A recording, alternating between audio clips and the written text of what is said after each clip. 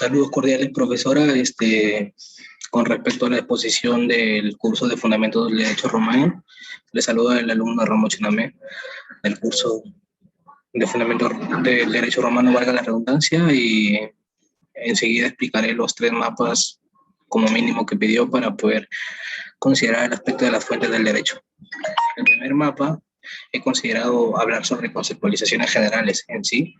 La fuente del derecho debemos saber que cumple y que es considerado por contener un conjunto de normas jurídicas que en ese tiempo se consideraba como algo habitual e innovador, ya que no se practicaba anteriormente.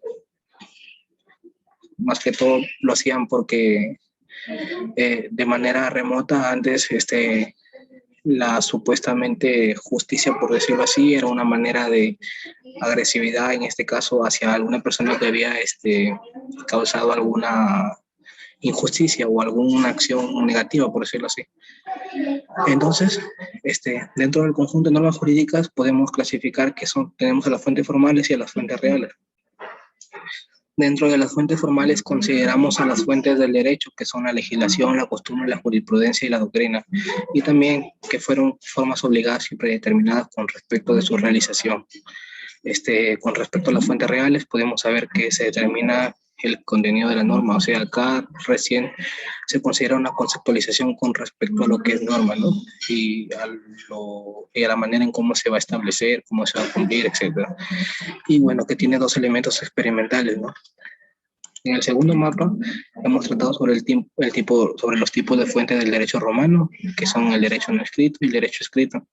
En este caso, dentro del derecho no escrito consideramos a los mores, ¿no? Ya que fue considerado como una de las fuentes más antiguas.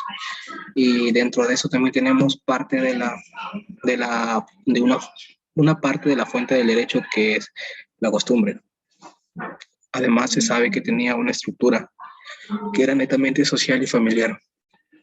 Con respecto al derecho escrito, tenemos al ius civil, que eran las leyes y los plebiscitos, al ius honorarium, que eran las constituciones imperiales y los edictos, y a las auctorias, que fueron los juriconsultos y los senadoconsultos. Con respecto al tercer mapa, he creído pertinente hablar sobre los aportes jurídicos, ¿no? Acá, por ejemplo, se sabe que encontramos la ley de las 12 tablas y el código de Justiniano, ¿no? Por ejemplo, con respecto a las primeras tres tablas, que es la tabla 1, 2 y 3, podemos mencionar que se consideraban aspectos del proceso civil, ¿no? Y que consecuentemente hoy día tenemos dentro de nuestro Código Civil peruano, ¿no? Que aún se mantiene, ya que se dice que el Código Civil tuvo como fuente a la ley de las 12 tablas, en este caso al Estatuto Greco-Romano, porque se sabe que después de que Roma invadiera Grecia fue más que todo por lo que los romanos eran considerados por grandes guerreros y los griegos por grandes pensadores, y es por eso que al fusionarse esa cultura se volvió netamente erudita, por decirlo así. Con respecto a la ley de la tabla 4 y la tabla 7, encontramos al derecho de obligaciones, ¿no? Con respecto a la ley de la tabla 8 y 9, hablamos sobre el derecho penal, que también fue una fuente para poderse considerar hoy en día en nuestro Código Procesal peruano. La tabla 10 tenemos al derecho sacro, y en la tabla 11 y 12 la tabla de los injustos, ¿no? Que también con respecto al latín, porque anteriormente era el latín, y el latín es considerado como el idioma madre de todos los idiomas, porque de ahí se desprenden todos. Tabla de los injustos significaba tabulae inquae, ¿no? Con respecto al código justiniano, se sabe que Justiniano fue un emperador romano, ¿no? Y que fue el principal consecuente de que el derecho y la justicia llegara a su imperio, ¿no?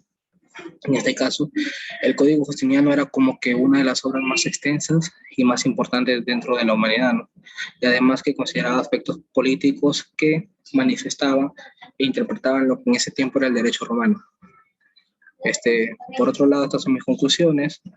Se concluye, por ejemplo, voy a leer textualmente lo que son mis palabras, se concluye que el derecho romano fue una manifestación innovadora y muy buena, ya que se consideró la paz por sobre todas las cosas, y digo paz, ya que se buscaba un orden jurídico que pueda poder limpiar las condiciones negativas de la Roma antigua, ¿no?